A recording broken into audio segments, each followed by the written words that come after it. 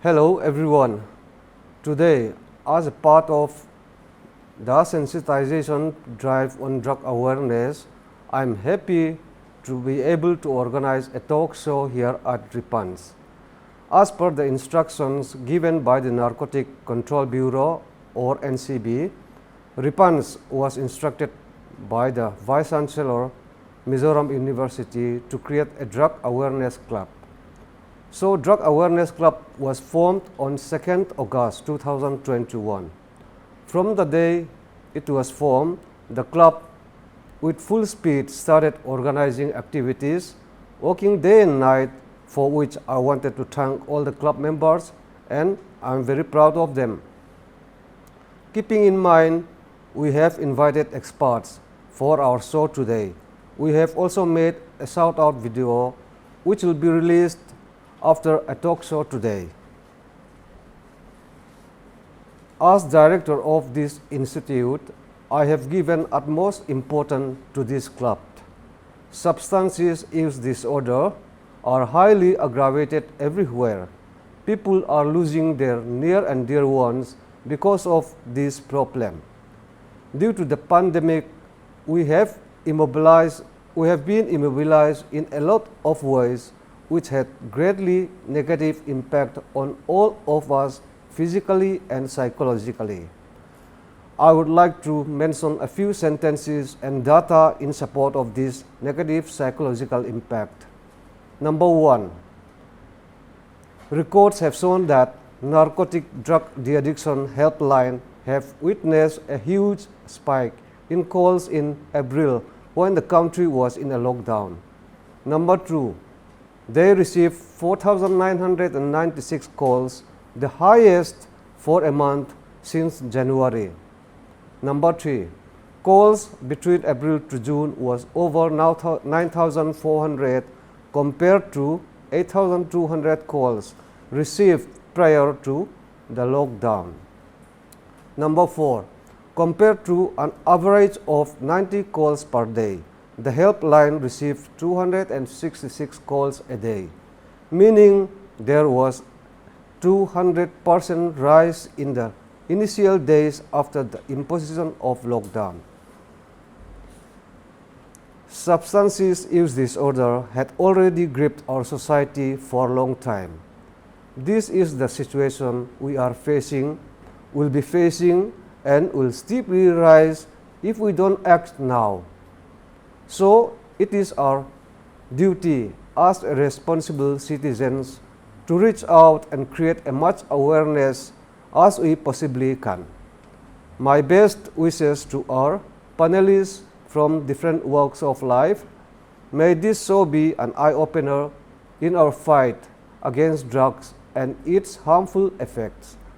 May we realize once again that prevention is better than cure. Finally, I invite all of you with commitment to say yes to life and no to drugs. Thank you. Hello everyone. The World Health Organization, WHO, defines drug as any substance that when taken into the living organism may modify one or more of its functions. This definition conceptualizes drug in a very broad way, including not only the medications, but also other pharmacologically active substances. The words drug addicts and drug addiction were dropped from scientific use due to their derogatory connotation. Instead, words like drug abuse, drug dependence, and psychoactive substance use disorders are terms used in the current nomenclature. Restrictions imposed on movement of people and commodities due to COVID-19 pandemic have led drug traffickers to reinvent their strategies. The traffickers have been increasingly taking the help of innovations in technology to challenge drug laws world over, hence making the younger generation more vulnerable into experimenting these harmful substances. The Narcotics Control Bureau, or the NCB, plays a role as a nodal agency of drug law enforcement in India and has gained prominence in recent times. Some of the challenges faced by the NCB are the use of dark net by traffickers to sell drugs, the use of untraceable internet-based technology for drug-related communications, and use of drones to transport drugs across borders. NCB is working in tandem with other affected nations in the increasingly high-tech fight against drugs. Our institution, RIPANS, is delighted in creating a sensitization drive to create drug awareness amongst the youth and other susceptible individuals.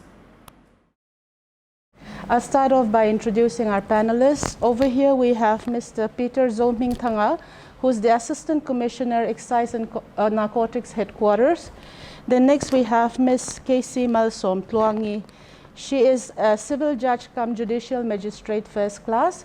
And on my left we have the beautiful Ms. Ringit Londo. She is an entrepreneur as well as a youth influencer.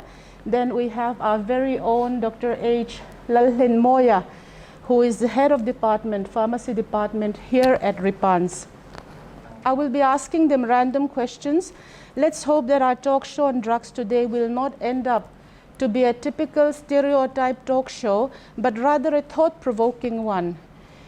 If our message gets across and transforms the life of even a single individual, I would consider it a success. My first question goes to Mr. Peter. Tell us something about the drug scenario in Mizoram. Thank you. As we all know, Mizoram lies in the northeast part of India. We used to be very isolated from other states. And during drug issue had not been known until 1970s. But since 1970, we know ganja. Today, some youths call it as weed and grass. And in the mid-1980s, abuse of pharmaceutical drugs like spasmoproxivon, parvonspas, nitrazepam, alprazolam, and codeine-based cough syrup had been known. During the same period, that is way back in 1980s, heroin, also known as number 4, coming from Myanmar, became very popular and much addicted by Mizo youth. Since 1984, our department recorded drug-related death in Mizoram. From 1984 to this year, that is 29th of August 2021, total number of deaths, male are 1,487, female 197. Total deaths we have recorded so far is 1,684. That is very sad. Out of this 1,684 deaths, 1,161 died for abusing dextropropoxyphene hydrochloride, that is spasmoproxivon and parvonspas. But luckily, way back in 2013, the central government had banned manufacturing dextropropoxyphene hydrochloride contained drugs. Because of that, we have no more problems regarding this spasmoproxivon and parvonspas. The rest use heroin and other drugs. For 10.9 lakh population, that is 2011 census, total number of drug-related death is very high. In 2019, the magnitude of substance use in India, that is a research conducted by the Ministry of Social Justice and Empowerment in collaboration with the National Drug Dependence Treatment Center, NDDTC, AIMS, New Delhi, conducted that research. According to the report, Mizoram is highest in opioid dependency. Opioids is drug relating to opium, like heroin and opium and other drugs. according to that research regarding cannabis, in India, the current use is 2.83, but in Mizoram, it is higher. It is higher than India, 3.24. Opioids, in India, 2.08. Mizoram is very high, 25.67. We have to note that. And sedatives, in India, 1.08. In Mizoram, 6.80. Cocaine, in India, 0.10. In Mizoram, 0.00. ATS, this is methamphetamine type and amphetamine type stimulants. In India, it is 0.18. In Mizoram, 0.31. And people who inject drugs, in India, we have 8,54,296. And while in Mizoram, we have 28,288 persons. Because of that, we have a lot of problem in Mizoram. We have to check out. We have to do every possible way to fight this illegal trade as well as abuse of these illegal drugs. Thank you. Thank you, sir, for providing us with all the statistical data. But I believe that in Mizoram, the highest seized, what do you call that, seized article or seized item regarding drug is methamphetamine, right? Yes. But local consumption of that is very low. That is right. Are we being used as a local transit? Actually, methamphetamine we have seen so far are destined to go to other countries as well as other states. We have conducted research regarding this methamphetamine. Luckily, we do not find much use here in our states. All right. Thank you, sir. My next question goes to Dr. Lalrinmawia. What are the major types of drug abused by the youth in general? As Mr. Peter has already talked about some of the major substance and drugs abused by youth in Mizoram. And in addition to what he has said, I would like to add that there are some reports that some people abuse like volatile solvents. Volatile solvents like correcting fluids. Right? Correcting fluids. And another thing is prescription drugs. Prescription drugs like cough syrups and others.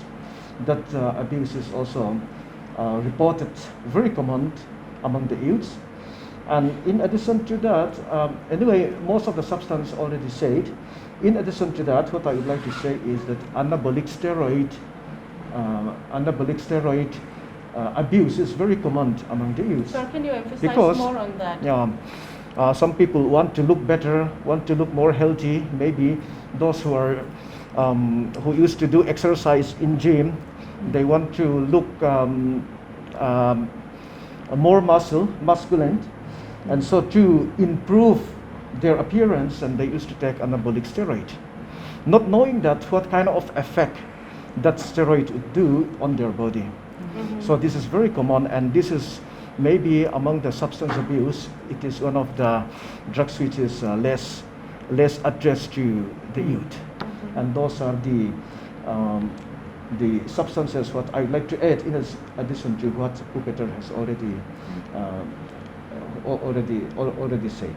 Thank you, Dr. Moya. Now my question is to Ms. Rini. Being an influencer on social media, like she's not a new face here, and she interacts with a lot of young people. So what do you think are the circumstances that can lead to what we call drug abuse? Thank you.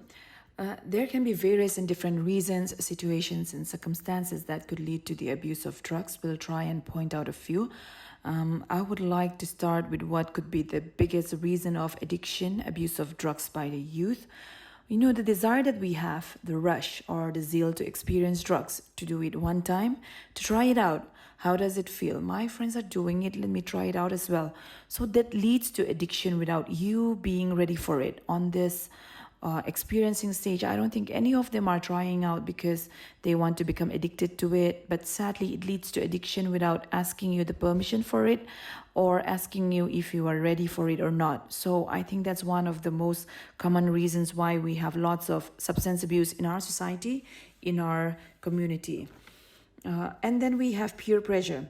Your friends, your schoolmates, your cousins, your relatives, or anyone that you know who belongs to the same age group, they could be giving you pressure to take drugs. They might be offering you drugs. And, the mind of the youth works in such a way that they are scared to say no to their friends because they are scared that they might end up with no friends, or they are scared that their friends will be leaving them or ignoring them. They are very scared of being called or labeled as weak or uncool.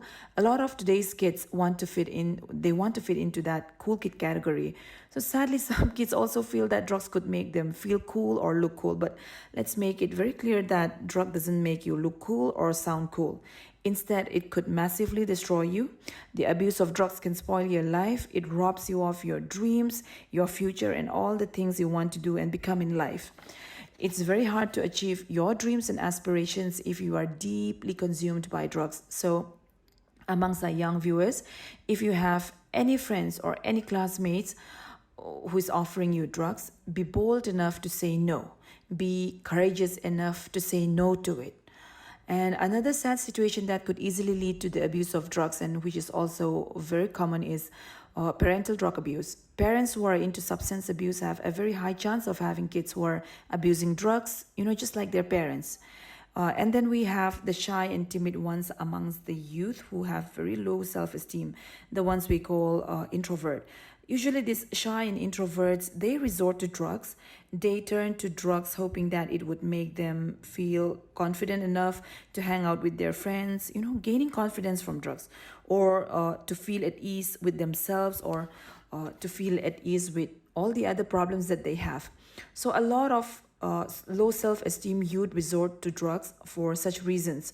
But once again, let's make it very clear that drug is not the answer. It is not the solution. Another reasons or circumstances that could easily lead to the abuse of drugs is impulsiveness and rebellious act of a person. Young minds, as we know, are very vulnerable and they can get hurt easily. So when things don't go the way they wanted it to be, or when things don't go the way they planned, they easily get very frustrated and very angry, especially when their parents say no to their demands. Let's say they ask their parents to buy them something new. For example, a brand new pair of shoes, which is very expensive, and then their parents say no to their demand. Then they get very angry, they become very impulsive and rebellious. They think in such a way that, okay, my parents doesn't want to say yes to my needs, so what? Let me take drugs. Things are not even going the way I wanted it to be. Such rebellious act and impulsiveness are very, very common amongst the youth. Resorting to drugs when they are rebellious and impulsive is like it acts as an escape for them to comfort themselves with their anger and with the issues that they're dealing. So this low coping mechanism that they have makes them turn to drugs. Next point that I have is pleasure-seeking behavior. A lot of today's youth feel that drugs is going to give them, or drugs is going to provide them a pleasure that they cannot get anywhere else, a pleasure that they cannot experience anywhere else. So that gives them a strong temptation to take drugs. But let's not get fooled by that idea. Let's not get fooled by that thought. On the contrary, drug abuse destroys your life. So let that be very clear. The abuse of drug is again very common amongst kids who have single parent or divorced parent. It's very common among school dropouts and people with low frustration tolerance and those who have limited coping strategy. Studies show that kids with limited coping strategy usually resort to drugs, so we need to pay special attention to this also. And then the last and very important factor that I would like to point out is the easy availability of drugs in our society, in our state, in our city. And I think it plays a huge role as well. One might ask, how is it possible to have drugs so freely available? Maybe because these drug peddlers are aware of spots and areas which goes unchecked or which are not regularly checked by the authorities. I live in an area which is quite central and close to the main market, bazaar area, the busiest part of the city. Every time I go out to these market areas, I see drug peddlers on the way and in the market areas, sometimes in the corner areas, sometimes right in the open area of the market, carrying out their business, freely exchanging with the buyers, amongst themselves. Such scenes are very common even for me. The free availability and easy access that we have to drugs make it very easy once again to get indulged in it. These are the few points that I can mention. Thank you. Thank you so much, Ms. Renee. She has mentioned a lot about the youth, in that period of their life, the inclination to experiment period of their life, and escapism from reality. I think she has highlighted her point very well over here. So from her point of view, I think I should just say that drug is not a way to live, but a way to die, right? Yes. All right. Thank you so much. Now coming back to law, some of our questions are very technical, some are very anecdotal. This makes this talk show interesting. So Mr. Peter, what are the drug laws enforced in India and who enforces these drug laws? Okay, thank you. Cannabis has been consumed for spiritual, medicinal and recreational purpose in India since classical era. It could be dated way back to 2000 BC. During the colonial period, the British organized opium into large-scale commercial enterprise, and from that, the British enact the Opium Act 1857 and 1878. After that, a new drug law had been enacted, that is the Dangerous Drug Act 1930, and the Drug and Cosmetics Act 1940 had been adopted. Then the NDPS Act, the Narcotic Drug and Psychotropic Substances Act 1985, replaces the Opium Acts and the Dangerous Drug Act 1930, but the Drug and Cosmetics Act 1940, however, continues to apply. In Mizoram, in addition to that NDPS Act, we have the Mizoram Drug Controlled Substances Act 2016. We have this act, but it is not used yet. Whenever a new drug had been emerged, we do not know what happened in the future. Something we have to, some drugs might need to be controlled. So the government, the state government will notify those drugs under this act. As soon as it had been notified, the drug could be controlled. And the NDPS Act is the main act of drug in India. It came into force on November 14th, 1985. That is Nehru's birthday. It prohibits to produce, manufacture, cultivate, possess, sell, purchase, transport, store, and consume any narcotic drug or psychotropic substances which are notified by the central government. The act had been amended 3 times in 1988, 2001, and recently in 2014. Those are the acts we have now. Thank you. Thank you, Mr. Peter. Coming to Ms. Casey now, who's been sitting quiet and just listening. Ms. Casey, what are the setup of laws regarding drug crimes? Thank you for your question, Ms. Ruby. I think Mr. Peter has also spoken about the various drug laws, and our scope will be interlapping a bit, so yes. I urge you to understand. Let me just start generally and basically by talking about the type of crimes. Now, basically there are 2 types of crimes we have. We have traditional crimes and we have white collar crimes. Now, traditional crimes are those crimes which are affecting individual persons, like murder, theft, assault, etc. And the white collar crimes these are called socio-economic crimes, and they affect the public at large, like smuggling, hoardings, illicit trafficking, and sale of narcotic drugs and psychotropic substances, which is the topic of our discussion today. So in India, as Mr. Peter has already said, the laws relating to drugs is governed by the Narcotic Drugs and Psychotropic Substances 1985, and this is a very special act and a very stringent law. So to give context to this particular act, I will briefly just touch upon some of the prior enactments and why this law came into being. First of all, prior to this NDNPS Act, like Mr. Peter has already said, we had the statutory control over drugs was exercised in India through a number of central and state enactments, such as the Opium Act of 1857, the Opium Act of 1878, and the Dangerous Drugs Act of 1930. However, it was found that the penalties which were imposed in these acts were not sufficient enough to deal with the rise in drug crimes, the illicit trafficking, consumption, all of this. For instance, the Dangerous Drugs Act 1930 had punishment up to only 3 years and fine. And for a repeated offender, it was up to 4 years. So this was considered to be not sufficient. So India became a signatory to a lot of conventions. The United Nations Conventions on the United Nations Single Conventions on Narcotic Drugs in 1961, the Conventions on Psychotropic Substances 1971, and the Convention on Illicit Traffic in Narcotic Drugs and Psychotropic Substances 1988. The aim of these conventions basically was to limit the use of narcotic drugs and psychotropic substances for medical and scientific purposes, as well as prevent the abuse of the same. So in light of all of these conventions and all of these acts which were enacted before, which were considered to be not apt, we have now the Narcotic Drugs and Psychotropic Substances Act of 1985.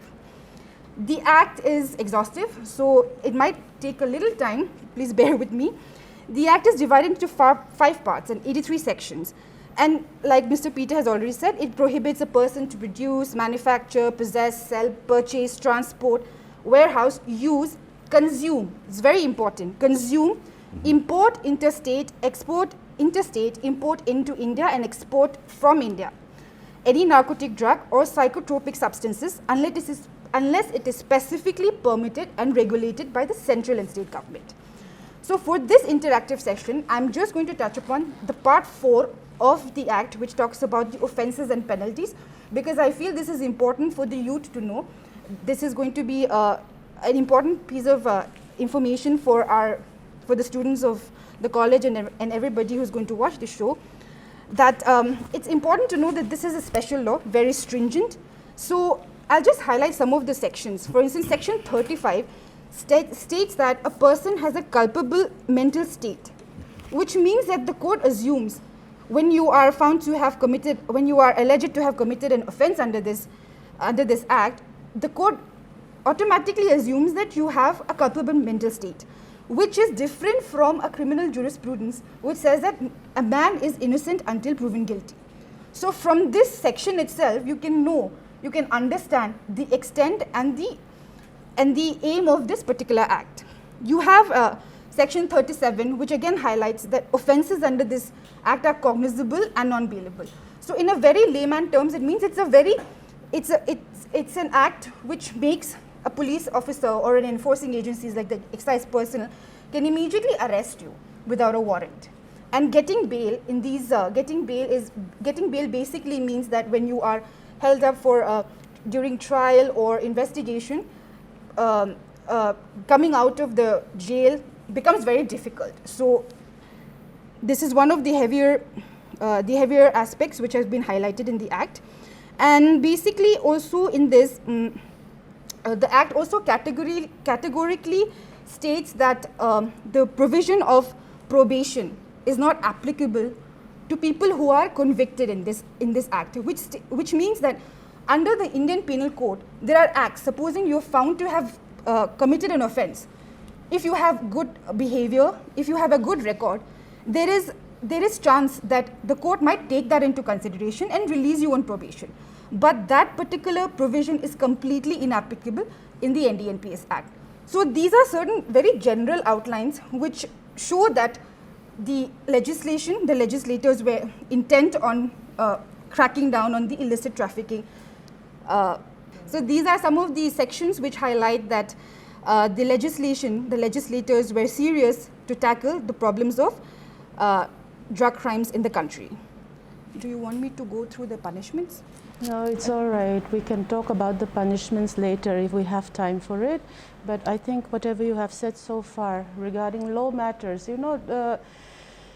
laws are given for us to protect us and to guide us. So I think that was a very good presentation, or what I call a report on the drug laws that we have been talking about. Anyway, Ms. Casey, I'm coming back to you more on that. So now my next question is to Ms. Rini. Do you feel that a large number of youth are still affected by drugs, or are we getting better in this matter? Some people are saying we're getting better in this matter, but some are saying that we are still very much affected by drugs in our society. So what's your take on that? Yes, very much.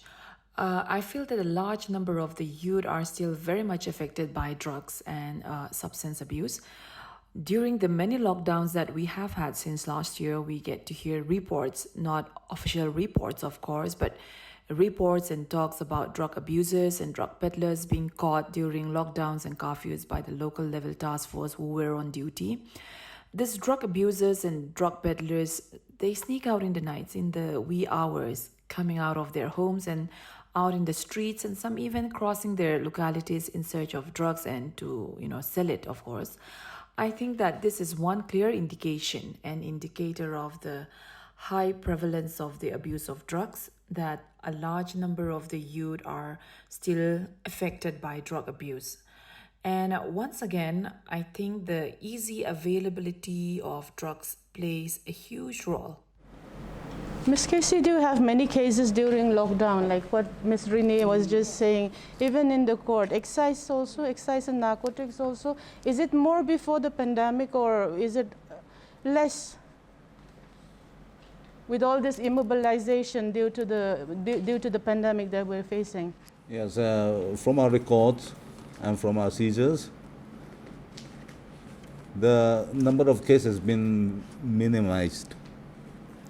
Very less during this in post-pandemic.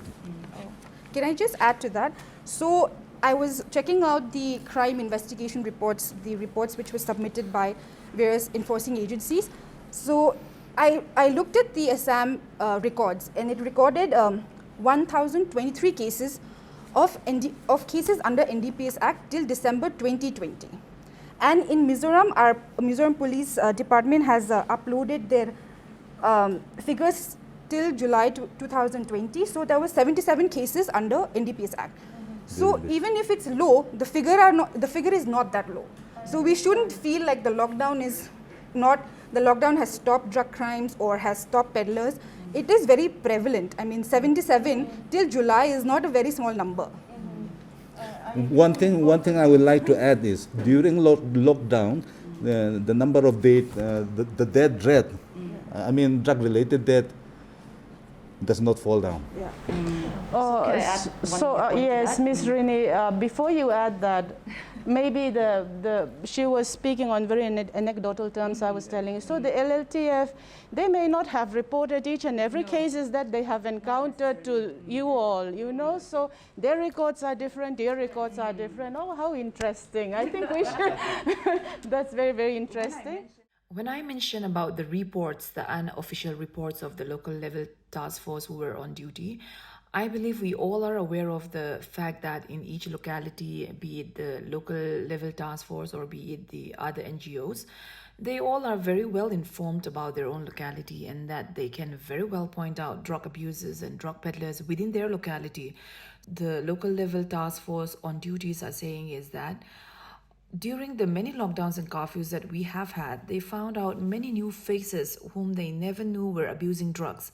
They came to know the new faces of drug abusers and drug peddlers within their locality. Yes, thank you so much. And Sharmah, can you tell us something about the behavioral warnings when a person starts abusing drugs? Yes, in this case, let me take one example. the abuse of drugs, or we can say that the dependent of drugs is depending upon the neurotransmitter which is present inside the brain.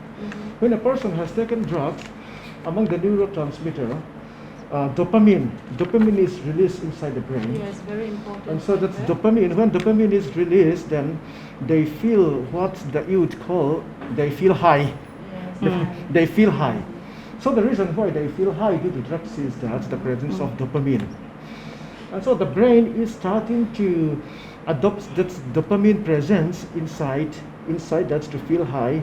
So they need more drugs again to feel the same condition, and eventually their behavioral changes has taken place to the person who abused those substances. And what I would like to mention is that maybe parents or youth leaders in the society or in the church always tends to underestimate the risk or the seriousness of that drugs use. Sometimes the symptoms of drugs that abuse also misunderstood with mental health problem also. Anyway, that may need to identify. But what we can see is that among the drugs user, some behavioral changes like change in peer group has taken place, and carelessness with grooming, what we can say that less concern in personal hygiene that is taking place. Can we also include bullying in that? Bullying in Yes, school? yes, bullying in school also, that's happening a lot. And there is a decline in academic performances. And many of the substance abusers have experienced that loss of interest in their favorite activities also taking place. And many of them misses their school and skipping of their classes. And sometimes changes in eating and sleeping habit is taking place. And there is always deteriorating relationship with family members and other friends. That is the sign and the symptoms. So they isolate themselves from their families and friends. They want to be alone in that world that they have created, right? Yes, yes, yes. All And right. from body appearance, we can see that weight loss is taking place. And there is a constant fatigue or dull in their behavior. What about anorexia, loss Yes, of yes, appetite? Is it also that is all, prevalent? yes, prevalent, and we can see red eyes. Red eyes. Yeah, becoming red, and that is some of the behavioral signs what we can identify among the substance abuser. Thank you so much, Sir Moy. Coming back to Ms. Rini, actually, I keep asking questions to Ms. Rini because, some things have to blend in, I can't skip to drug crimes and drug laws at one place here and then talk about something else. So to what extent will substance abuse contribute to the decrease in productivity within the family or social circle? To decrease, yes, to a huge extent, right? To a huge extent. As we all know, we live in a society which is highly consumed by the availability of drugs, the abuse of drugs, and all the other problems that it created. So what we all know is that the presence of even just one drug abuser in a family can make the whole family chaotic. So these drug abusers, instead of being helpful to their families or instead of contributing a lot for the family, they unfortunately happen to be the creator of many problems for the families.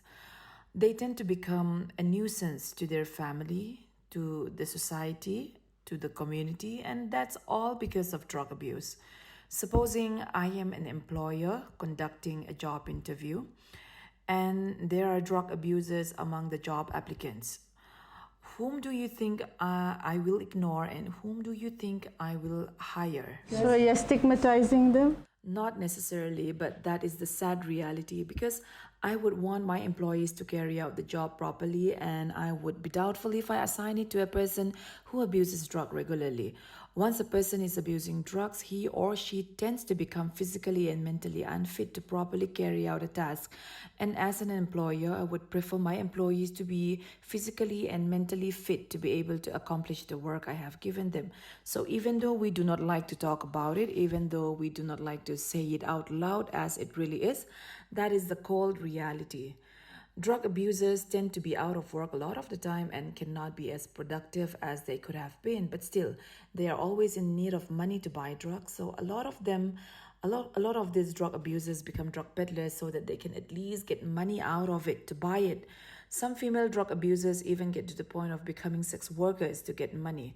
I don't think any person by pure choice would want to become a sex worker, but sadly they find themselves in a situation where they are so frustrated and in dire need of money that they cannot help but do what they have to do.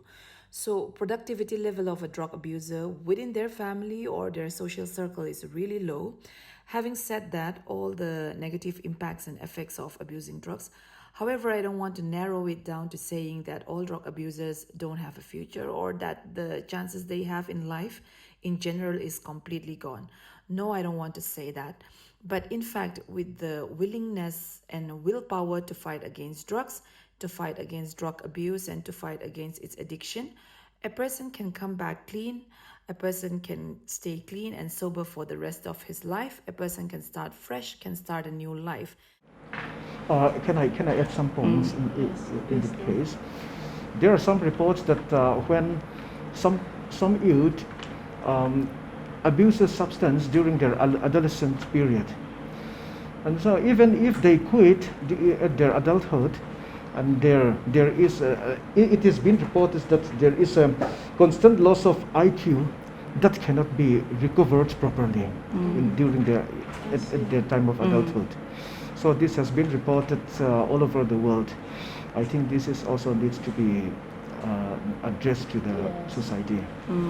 There is a saying that you can force a person to worship, but you cannot force him to believe. You know, so our program today, whatever talks we're having on, it's up to the listeners, like to decide upon themselves and make up their minds on their own, because we can only provide them with data, we can provide them with guidelines, but we cannot change them. It is them who has to change themselves. So back to Ms. Casey, what kind of courts deal with drug crimes? So as I've already mentioned before, the NDPS Act is a special act, so we obviously have a special court for the drugs-related crimes. Section 36 of the Act specifically states that there shall be a special court to deal with crime relating to drugs, which are punishable for more than 3 years. And the presiding officer of such courts is the rank of a sessions judge or an additional sessions judge. Now, for offences which are, let's say, comparatively in the NDPS Act, more of a petty nature with punishments up to 3 years, they are dealt by the courts of the Chief Judicial Magistrates and the Judicial Magistrates First Class. So this is basically done, I think, to elevate the huge caseloads that the special courts, the NDPS, might have. From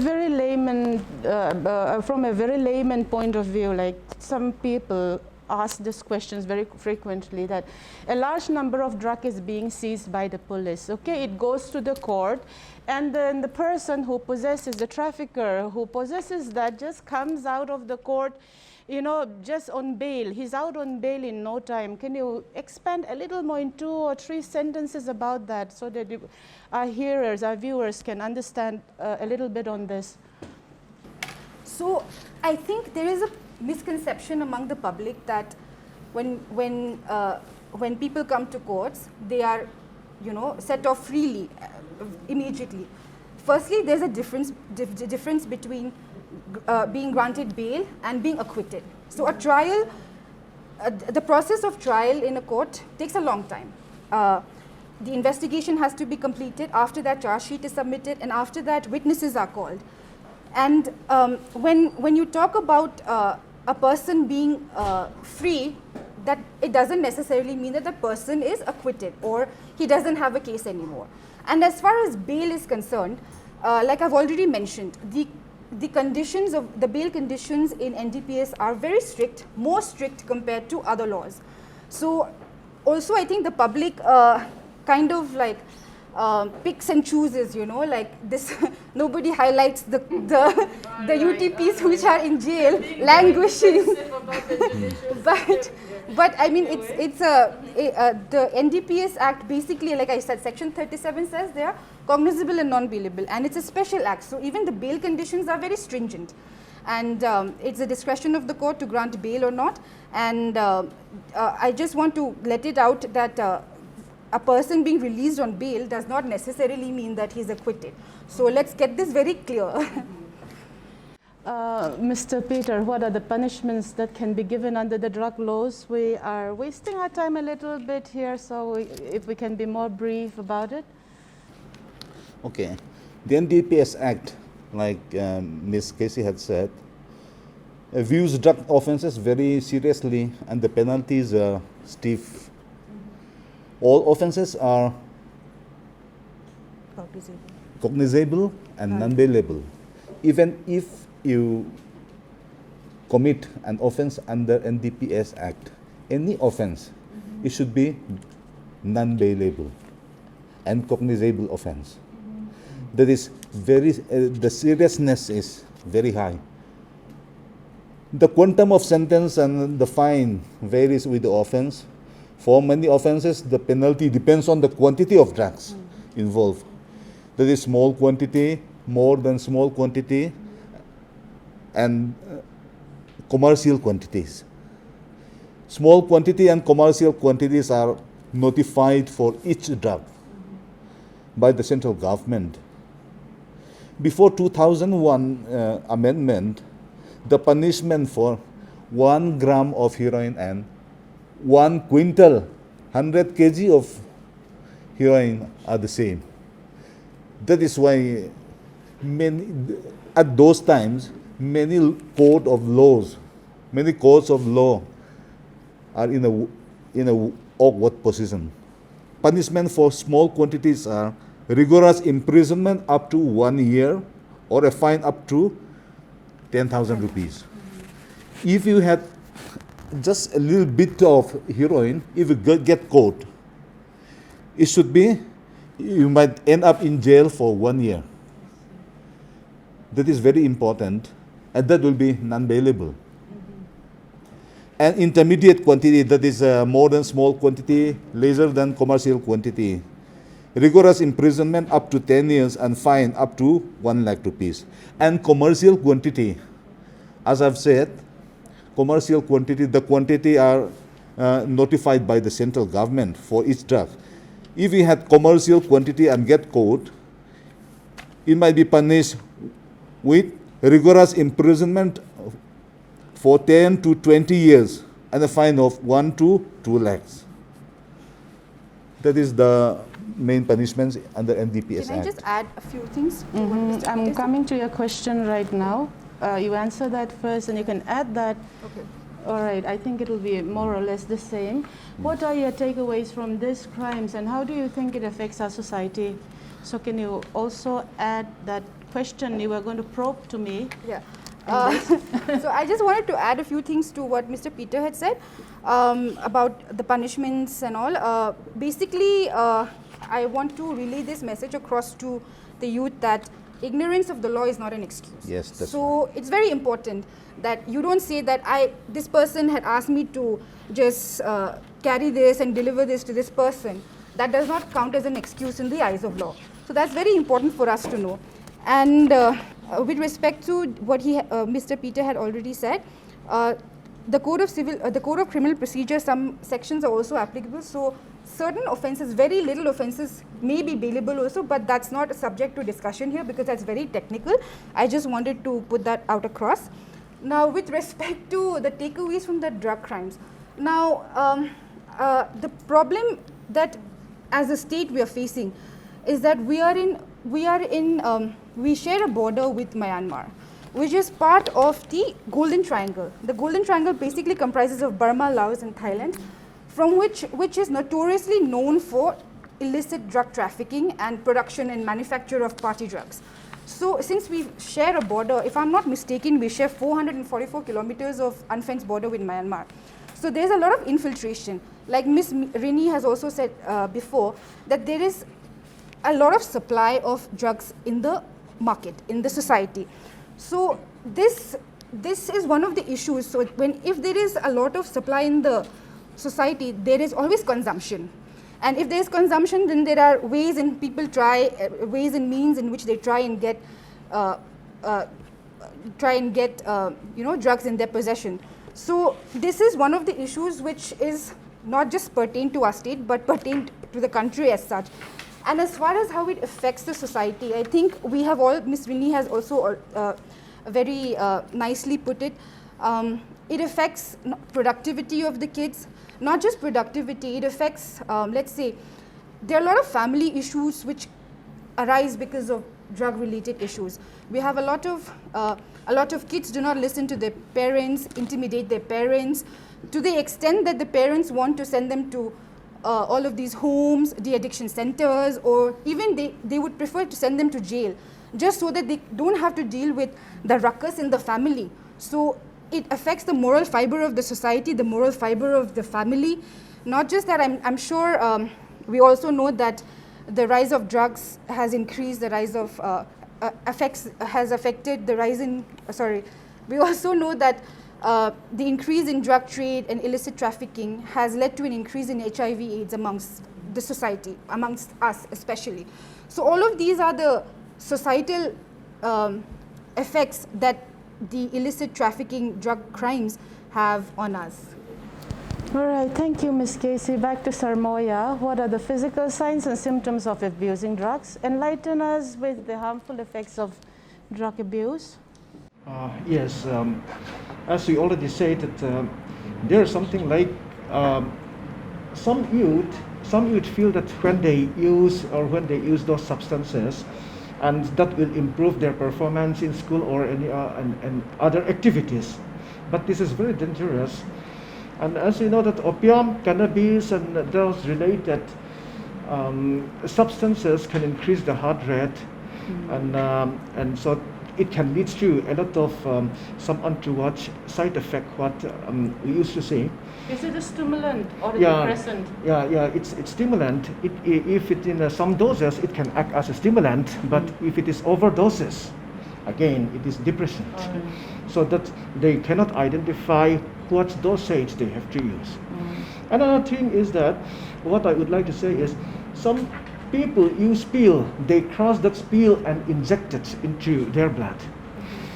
The injections technology is also need to be understand. Any of the solvent what needs to be injected inside the body should be what we call in pharmaceutical science, we call it as an isotonic solution. It should have the same osmotic pressures along with our blood or other body fluids. So if that isotonicity has been changes, then what will happen if I inject something like which has less osmotic pressure than our blood, then RBC will be coming out from that blood. And if I injected some solvent which is having higher osmotic pressure than blood, then from that solvent it will go inside RBC and there will be rupturing of RBC. So this is one of the reasons why many to substance abusers, especially those who are injecting drugs, we had seen something like a blocking of blood vessels. So they have to understand that they should not crush the pill, or they should not that's tablet and make into powder and inject it inside their body. And another thing what I would like to express is that anabolic steroid, what I had said, what they abuse for improving of their body image. In fact, anabolic steroids are not known as intoxicating drugs, but animal studies has shown that this can lead to a lot of untoward effect into that body part. And what happened mostly is that once they withdraw that steroid, and there are some reports that depression is taking place, and this depression always sometimes it's to some people that depression leads to suicide also. And mostly that anabolic steroid user, what has been reported is that many of their behavior, like sexual pleasures and other what we call that's normal life, has been disturbed a lot. That is why we need to we need to avoid especially that anabolic steroid also. Right, right. My last question for Ms. Rini for today. From your perspective, how and in what ways are individuals affected by substance abuse? The youth are deeply affected by substance use disorders in almost every aspect of their lives. Every person, every individual, we have our own hopes and dreams, what we want to be in life. But to be able to achieve such dreams, one cannot do it fully or properly by abusing drugs regularly. As I have mentioned it many times before, the abuse of drugs robs you of all the chances that you have of any kind of achievements, be it big or small. A person can have this dream that one fine day I will have this job, I will buy this car, I will buy and own this house and get married and have a beautiful family. But the chances of achieving such dreams become very low and slim if you are highly disturbed by substance abuse.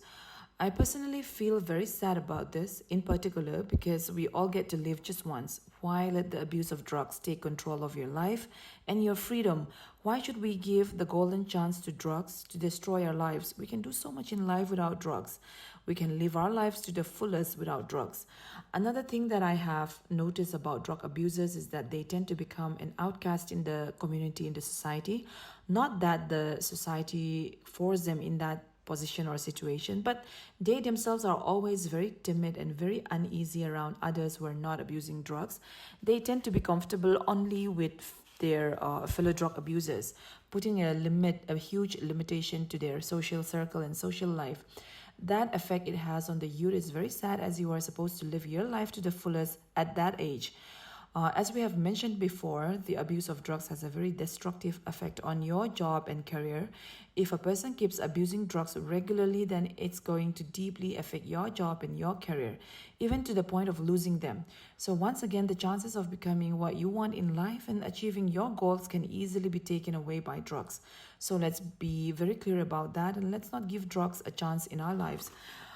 Who I am today and what I have achieved so far might not be so great, but I am happy where I am today, and I'm very happy with my achievements because I did it all without abusing drugs, all drug free.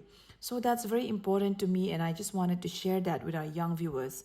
And once again, I would like to highlight the fact that the abuse of drugs and substance use disorder can pull you down to the level of doing something that you'd never thought you would ever do in your life. In your normal drug-free condition, you never thought you would ever steal from your parents. You never would have imagined stealing from your friends and neighbors. You never thought you would ever become a sex worker.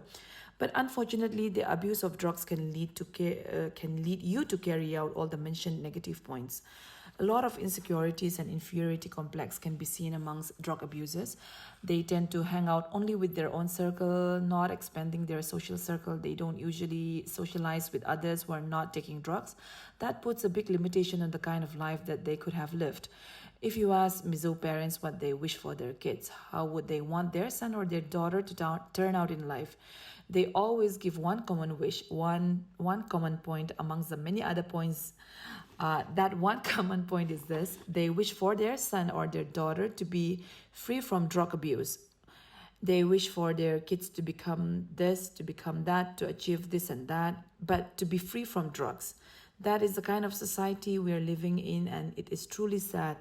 Drug doesn't have to have that much weight in our family. Drug doesn't have to have that much importance or relevance in our life, in our family and community. We simply can firmly say no to drugs.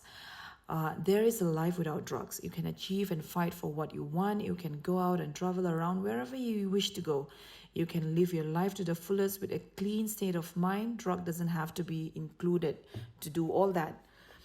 I think I am here today to be one of the panelists, even though I am not an expert on the subject. I have almost zero experience with the topic of our talk show, but I think I am invited here today to convey and deliver the message to the young viewers that drug is not the answer, it is not the solution. You might have many bad days, and every time you hit the lowest point in your life, resorting to drugs is not the answer. It's not going to help you. It's not going to take away your problems. In fact, it is just going to continuously pull you down, some even to the point of no return. In today's world, everyone is very educated, but let us also get more educated about the use of drugs. the abuse of drugs, the harmful effects of drugs, what it does to your body and mind, how it can shatter your dreams and goals and hopes. So think very hard and think very carefully before you give your life away to drugs. I would like to end my part here with say yes to life and no to drugs. Thank you so much, Ms. Rini. I'll go quickly with your last question, Dr. Lalrinmawia. How can we prevent a person from abusing drugs? Yes, Ms. Rini also has already said that. Here, we have to make ourselves strong that we can do things without drugs.